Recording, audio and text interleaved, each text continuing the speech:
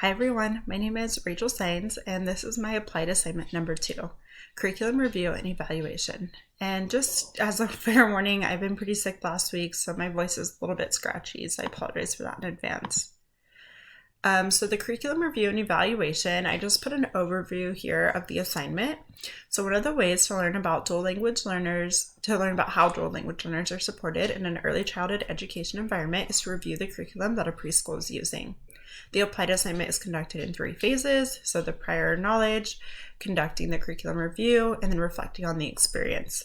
Then for evidence, I would submit 2 things, a curriculum review and photographs of the curriculum that I did review. So why I chose to do a curriculum review. The preschool that I work at does not have a curriculum that they follow, which is something that I found really surprising and shocking. It's something that I've kind of struggled with since I started working there. And then I also do not have access to dual language learners. And for this assignment, you did not need access to an early childhood education setting or a dual language learner. So it seemed to make the most sense that this is the one that I do. And then this is the curriculum that I reviewed. So it's the California Preschool Curriculum Framework. This is the curriculum that was provided in the course if you did not have access to a curriculum on your own. So some prior knowledge. I have little prior knowledge on curriculum. As I mentioned, the school that I work for does not have a curriculum that they follow, which makes it pretty difficult and was quite surprising to me. I've only been working there for less than a year, and it's my first environment that is in an education setting, so that kind of limits my knowledge. But I do know that schools use and follow a curriculum so that they have goals for language, literacy, math, and science. And I know that curriculums might have specific learning standards, lesson plans, assignments, and materials that they need to use to teach different courses. What I hope to learn, I want to focus on the goals of the curriculum. Goals within a curriculum are the standards-based benchmarks or expectations for teaching and learning. The reason I want to focus on the goals is because the preschool that I work at doesn't have a curriculum, as I mentioned, and so I feel like sometimes the goals are hard to know or understand.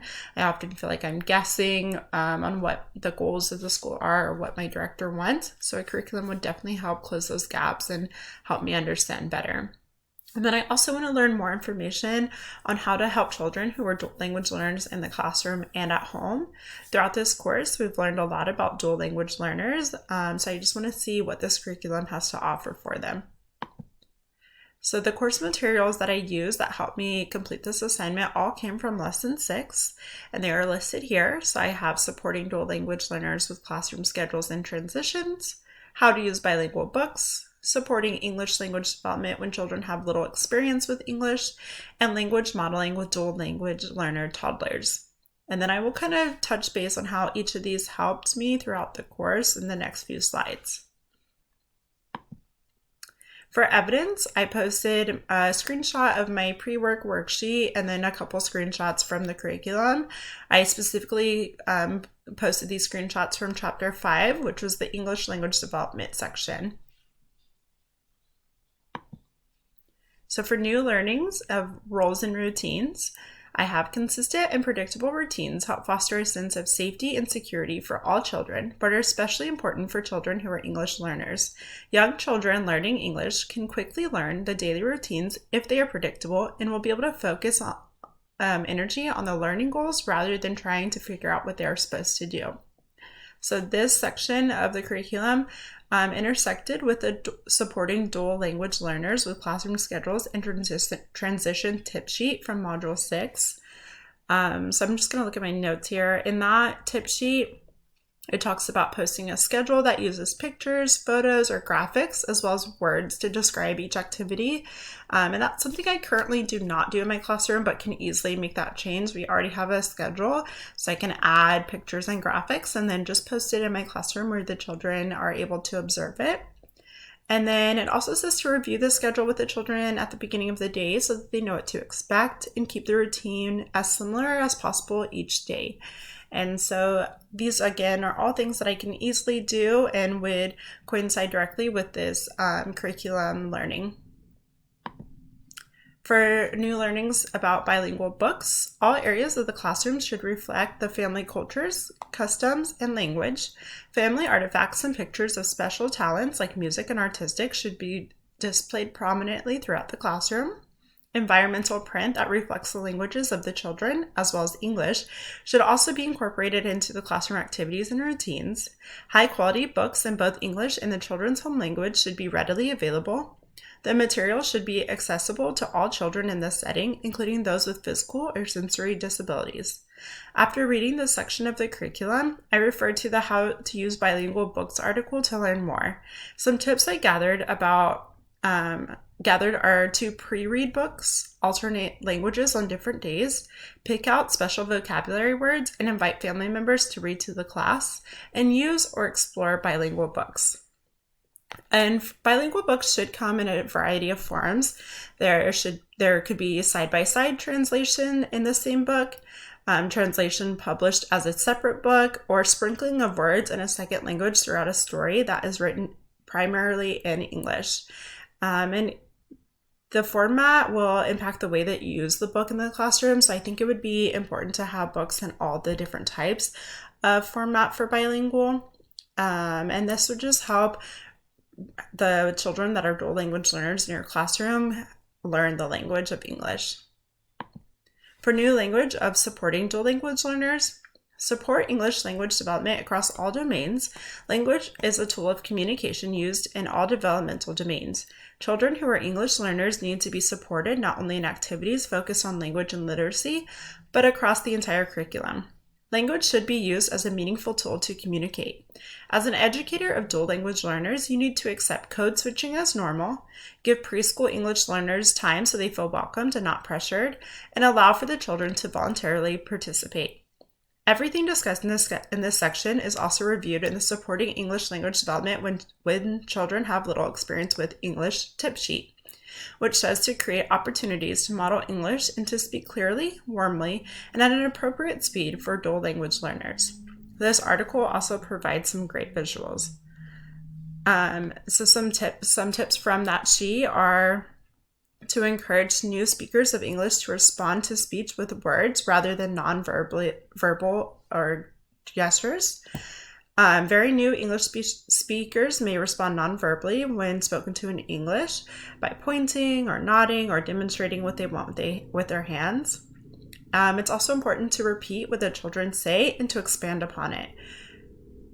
And ask children both closed-ended and open-ended questions. So it's important to ask children open-ended questions to encourage them to continue to speak. And use self-talk and parallel talk to help children associate English words and actions in context. On the next slide, I have included this graphic that comes from this tip sheet.